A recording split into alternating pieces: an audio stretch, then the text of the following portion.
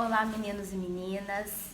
A gente vai para mais uma videoaula. A gente está encerrando o conteúdo da Grécia Antiga e hoje a gente vai estudar um pouquinho sobre a cultura e a religião dos povos gregos, que é uma cultura e uma religião que nos interfere até nos dias de hoje, né? Que tem uma grande influência na nossa cultura ocidental. Nós conhecemos muitas características da religião e da cultura dos gregos. Nós conhecemos muitos detalhes das histórias desse povo, então é isso que a gente vai estudar um pouquinho, né, na aula de hoje. Os gregos, eles eram politeístas, né? Como a gente já estudou, politeísta significa povos que acreditavam em vários deuses. Então eles acreditavam numa infinidade de deuses. E os deuses da Grécia, eles eram divididos em grupos. Havia os 12 deuses do Olimpo, que eram os deuses que moravam, segundo a mitologia grega, no alto do Monte Olimpo, na cidade de Olímpia, e eram esses deuses os deuses que comandavam a vida religiosa. Eles eram liderados por Zeus e por seus irmãos, né? Zeus cuidava do mundo dos vivos, vivia no alto do Olimpo, ele era o rei dos deuses, porque ele havia derrotado seu pai Cronos. Quando Cronos devorava seus irmãos, ele foi o que conseguiu não ser devorado por Cronos e libertar os seus irmãos da barriga de seu pai. Então ele era o que liderava o mundo dos vivos. O seu outro irmão, Poseidon, era o deus dos mares, era o que cuidava do mundo dos mares. Para a mitologia grega, o mar, os oceanos eram um mundo equiparado ao mundo, à terra seca e ao mundo dos mares. Então Poseidon era o deus dos mares e Hades, que era o irmão mais velho, ficou com o mundo dos mortos, que a gente costuma falar que o Hades é a mesma coisa que o inferno, mas na verdade o Hades não é o inferno. O Hades é o mundo dos mortos. Os gregos, eles acreditavam que as almas, elas iam para o Hades depois da morte, né? Ela ia para esse mundo dos mortos, que era um mundo sombrio, que não necessariamente era um inferno, mas era o lugar onde ficavam as almas depois que as pessoas morriam. Então, havia essa divisão entre os três deuses e haviam todos os outros deuses que compunham a mitologia grega. Destaque, né? Afrodite, a deusa do amor, Ares, o deus da guerra, Atena, a deusa da sabedoria, Artemis e Apolo, que eram os irmãos gêmeos, filhos de Zeus, deus da razão, e a deusa da caça, e muitos outros deuses. Dionísio, o deus do vinho, Hefesto, o deus da habilidade, e muitos outros deuses, né? Esses eram os do Olimpo e havia uma série de outros deuses que faziam parte dessa mitologia. E a mitologia grega, além desses deuses do Olimpo e dos outros deuses que não eram parte dos 12, mas que também têm grande influência na vida dos gregos, haviam os semideuses e os heróis, que eram, né, os semideuses eram filhos de mortais com deuses. Eles tinham características sobrenaturais, ou eram muito fortes, ou eram muito inteligentes, ou tinham alguma habilidade que tornava eles especiais, mas eles não eram mortais como seus pais. Então aí a gente pode destacar Aquiles, né, da história de Troia, era um semideus, né, todo invulnerável, super forte, mas seu calcanhar era fraco. Hércules, que era filho de uma mortal, né, com Zeus, também era muito forte, capaz de derrotar, né, leões e lutar contra monstros, mas era mortal. Perseu e tantos outros heróis que a gente tem. Os gregos, eles acreditavam que eles eram descendentes dessas pessoas, eles acreditavam que eles eram descendentes ou dos deuses ou desses semideuses. Então eles acreditavam, eu já falei isso lá na primeira aula, eles acreditavam que eles eram um grupo superior, eles eram um povo superior aos demais, porque eles eram descendentes desses seres, né, desses deuses que habitavam o Olimpo. Os deuses e esses semideuses, né, e os personagens da mitologia grega são personagens que eles têm, apesar de serem deuses, apesar de terem poderes e de terem habilidades mais, né, aguçadas do que os mortais, do que as outras pessoas comuns, eles eram pessoas, eles eram deuses, né, com sentimentos humanos. Então eles sentiam ódio, amor, raiva, tristeza, alegria, inveja, rancor.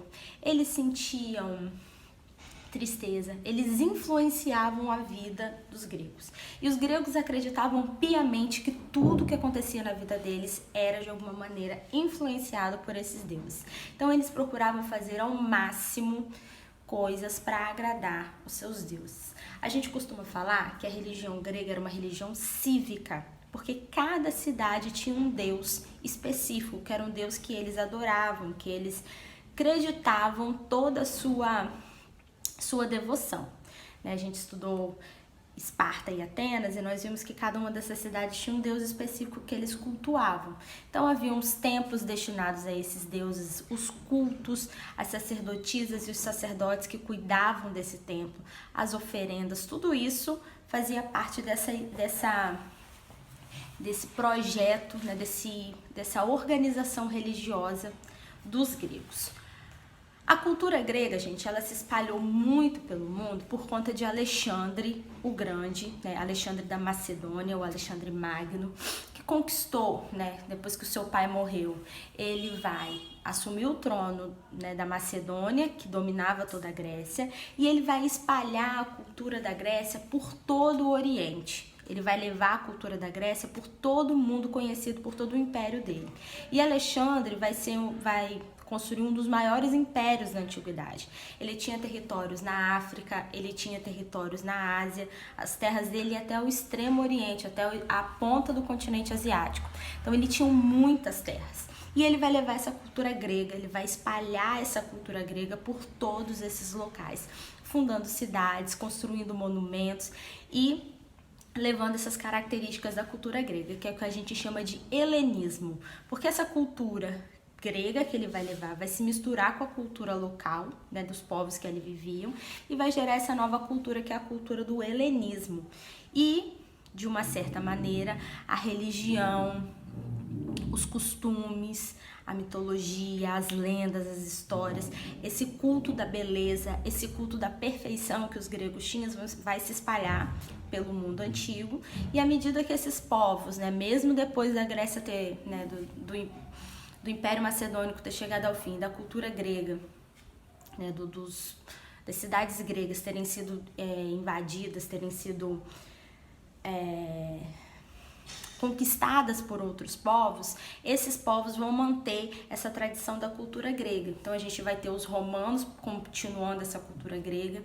Roma vai colonizar também uma série de outros territórios, levar a cultura deles, que era uma continuação da cultura grega, para esses povos. Um dos povos que Roma vai dominar, vai colonizar, vai ser Portugal. E Portugal, quando coloniza o Brasil, acaba trazendo detalhes, partes dessa cultura grega para nós aqui no Brasil. A língua portuguesa, por exemplo, várias palavras elas são originárias do grego. Quando você vai estudar lá os radicais das palavras, uma parte lá da língua portuguesa, a gente vai ver que muitas palavras, a origem delas são palavras gregas. Essa cultura que foi se espalhando por conta de Alexandre. Outra coisa que os gregos eles vão criar vai ser o teatro. Eles vão ser, né, precursores dessa ideia de externalizar o cotidiano através de peças teatrais, através dessas manifestações, dessas encenações. Então, através desse teatro, eles colocavam detalhes da vida privada, da vida política, da vida cotidiana nas peças de teatro. Então eles vão criar a comédia, o gênero teatral da comédia, que era uma maneira de satirizar problemas da vida cotidiana e situações políticas. Através do deboche, da ironia, do humor, eles levavam essas situações para o teatro. E também vão criar a tragédia, que já era uma outra forma. Eles contavam histórias místicas, histórias dos heróis, problemas do cotidiano, mas de uma maneira trágica, viviam dramas e assim levavam também a população a refletir sobre os problemas. A importância da arte, né, para fazer com que as pessoas, com que nós, população comum, tenhamos reflexões sobre os problemas que a gente está enfrentando. Também vão criar a filosofia, que vai ser a mãe de todas as ciências.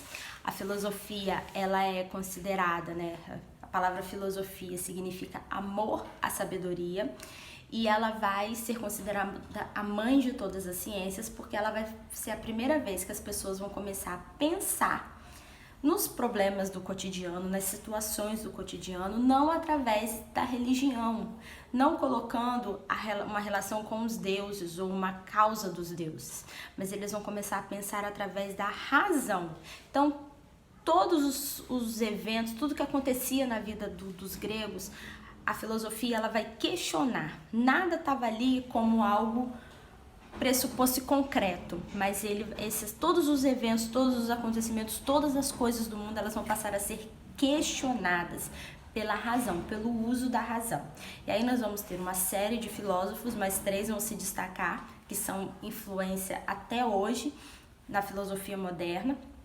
Quem estuda filosofia não pode deixar de estudar esses filósofos, que é Sócrates, Aristóteles e Platão, que vão ser os filósofos que vão moldar o pensamento filosófico antigo e vão ser os precursores de todo o pensamento filosófico moderno e contemporâneo que a gente tem até os dias de hoje. A filosofia é considerada a mãe da ciência porque através desse pensamento de razão, todas as outras ciências, a matemática, a história, as ciências biológicas, a medicina, tudo vai se estruturar, porque a partir daí os homens eles vão começar a questionar as situações através da razão. A gente vai ter também, né, na Grécia, o desenvolvimento da medicina. Vai ser a primeira vez com Hipócrates que a medicina vai ser esquematizada, vai ser organizada. Hipócrates vai ser, né, o médico que vai ser referência de medicina. Todo médico, quando vai se formar, ele tem que fazer o juramento de Hipócrates. E Hipócrates ele vai se diferenciar porque ele vai começar a analisar a vida do paciente para poder descobrir a causa da doença. Antes, as doenças, né, elas eram responsabilidade dos deuses. Por que está doente? Porque os deuses quiseram, porque a pessoa está deixando de fazer alguma coisa, porque a pessoa está fazendo alguma outra coisa. Mas a partir de Hipócrates, ele vai estudar a vida, os hábitos alimentares, as práticas de esporte, o cotidiano daquela pessoa para descobrir a razão da doença da pessoa. E também a gente vai ter a estruturação da história, com um historiador que vai também ser precursor do estudo da história, que vai ser o Heródoto, também da Grécia Antiga, que vai, né, procurar conhecer e estudar todos os povos da antiguidade que já haviam existido e escrever sobre esses povos. Então ele também vai ser fundamental para o desenvolvimento dessa cultura grega. Nós temos vários outros aspectos da cultura grega que nós poderíamos falar: pinturas, esculturas, arquitetura. Os gregos eles vão ser precursores em muitas coisas e eles valorizavam muito a perfeição. Os gregos eles eram perfeccionistas.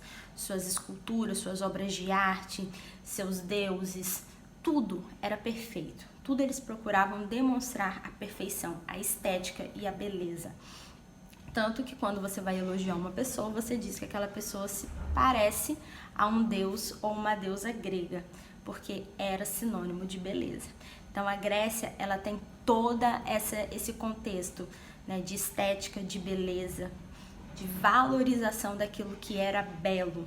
Tanto na sua paisagem natural, quanto na sua cultura, a beleza se faz muito presente, ok? Qualquer coisa, chama no privado. Espero que vocês tenham gostado da aula. Bye, bye!